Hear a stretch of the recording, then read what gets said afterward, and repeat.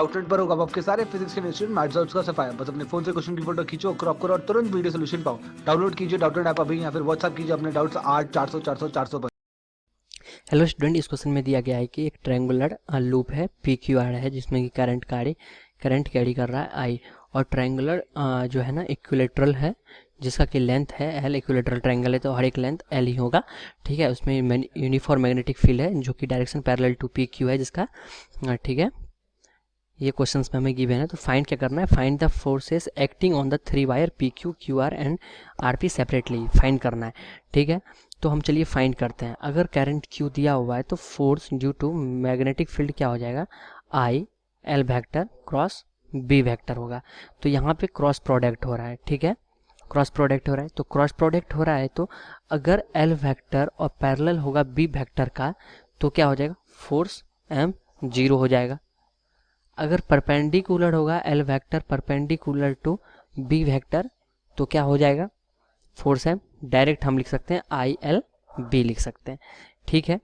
तो पहले चलिए हम पी क्यू में फाइंड करते हैं कितना पी क्यू की वजह से कितना मैग्नेटिक फोर्स लगेगा। तो force due on wire P Q acting on P Q कितना लगेगा, आई इंटू पी क्यू का वेक्टर क्रॉस बी वेक्टर। अब देखिए पी क्यू का वेक्टर जो है बी के वेक्टर के पैरेलल है, सो हम बोल सकते हैं zero. Force on P Q zero हो गया। अब फोर्स ऑन क्यू आर कितना लगेगा, आई इंटू क्यू आर का vector cross B vector equal to लिख सकते हैं I Q R into B into sine of theta. यहाँ थीटा कितना हो जाएगा, क्योंकि ये इक्विलेटरल ट्रायंगल था, ये लेंथ एल था तो ये 60 डिग्री, तो ये 120 डिग्री। तो एल और बी के बीच कितना एंगल है, 120 डिग्री। तो हम लिख सकते हैं आई क्यू आर का value L B sine theta sine of 120 degree. तो equal to F Q R कितना हो जाएगा, आई एल बी साइन 120 का वैल्यू √3/2।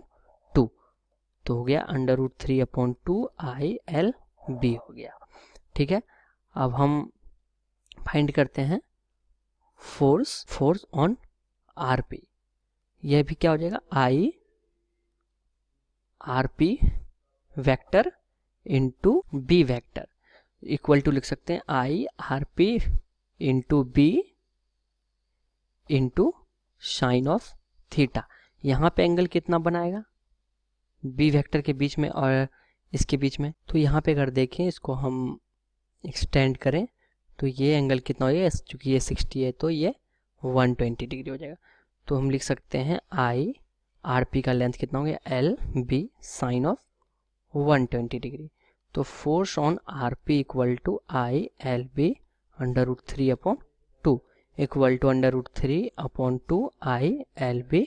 यह फोर्स एक्ट करेगा एफ आर पी पे। तो हम तीनों सेपरेटली निकाल लिए, हमारा यही हो गया आंसर।